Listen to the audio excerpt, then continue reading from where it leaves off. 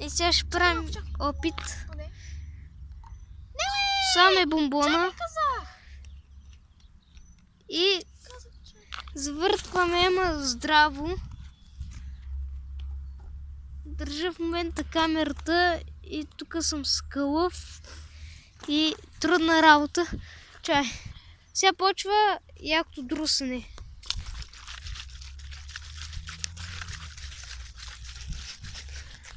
Сега нямам да махам капачката.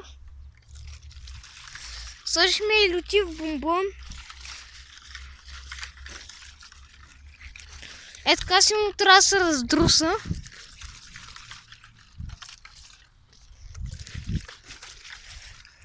Вече май е готова за употреба.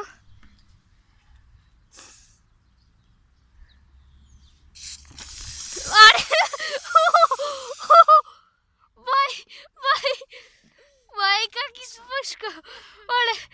Това беше най-големия взрив. Не е чак най-големия.